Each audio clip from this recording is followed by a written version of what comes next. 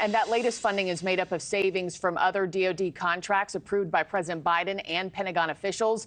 It is the first U.S. aid package sent to Ukraine since the Pentagon announced it was out of funding in December.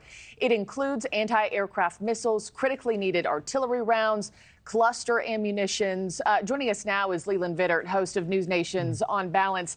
Leland, just help me make sense of the math right off the top here, because it's not really adding up. I mean, we're $10 billion in the hole. We can't replenish our own arsenal, but still sending $300 million overseas. Mm-hmm.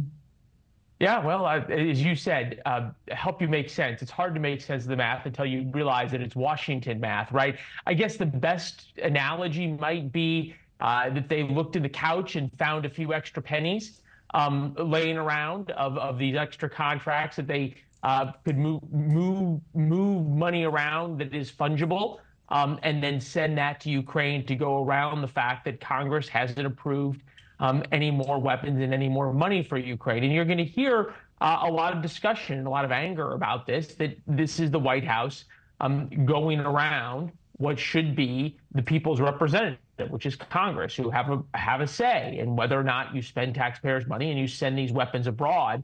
And there's a twofold point here, and I think you're right to bring it up. One is this issue about sending U.S. weapons to Ukraine and spending more money in Ukraine without any type of endgame scenario from the White House or from the Ukrainians about what the end of this war would look like. The secondary issue, and perhaps the more important one, is what you brought up as it relates to the U.S. military, that it's very clear that the amount of weapons we've sent to Ukraine over the past 2 years, however well-intentioned, has hurt U.S. military readiness, not in terms of being ready today, but being ready today plus 1 week if there was a war, especially if there was a real regional war in terms of artillery shells, surface-to-air missiles, and a number of the other products that we've been sending to Ukraine that we don't have enough of for our own troops. Yeah, and speaking of finding a few more pennies in the couch cushions, what does this do to the White House's chances of getting any sort of supplemental aid package passed? I mean, there's already,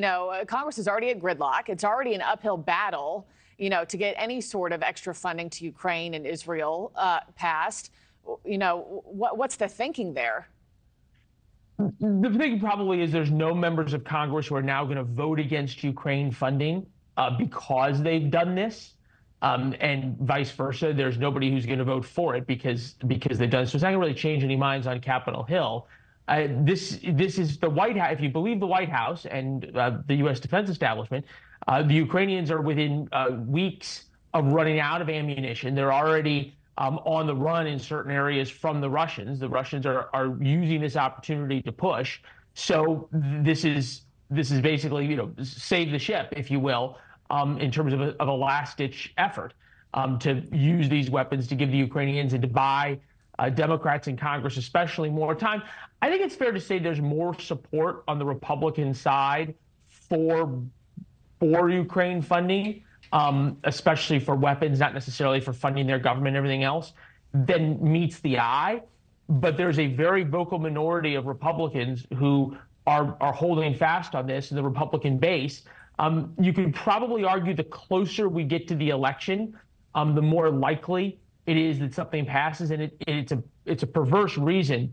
But if we get to the point past the primary filing deadlines for a lot of the congressmen who are from relatively safe districts, meaning that they're not going to get primaried or they can't get primaried from the right, they would be more likely then to go ahead and vote for aid. And the last thing I wanted to ask you about, Leland, is that Trump also just reportedly told the Hungarian prime minister that if he's elected again come November, he wouldn't give a penny more to Ukraine to essentially end the war because they can't last without backup and financial aid. What could the consequences look like if American aid is in fact paused? It could look like a lot of things, namely that Vladimir Putin could either win, or that Vladimir Putin could certainly force the Ukrainians' hand into a pretty deleterious to them deal. I always think when Trump says these things that it's sort of like what he used to say during the 2016 campaign and then when he was president. These tend to be Trump's opening negotiating positions, and they sound tough and they sound good with the base. And then He reads about it in the New York Times and how much the New York Times is hating on him for it and warning and talking about how unprecedented it is. And then suddenly we reach some kind of middle ground. I don't think he's going to end end all aid to Ukraine any more than he is going to become a dictator. No, that's not going to happen. Thanks for watching, everybody. Go to joinnn.com to find NewsNation on your television provider. Also, don't forget to click that red subscribe button below to get more of NewsNation's fact-driven, unbiased coverage.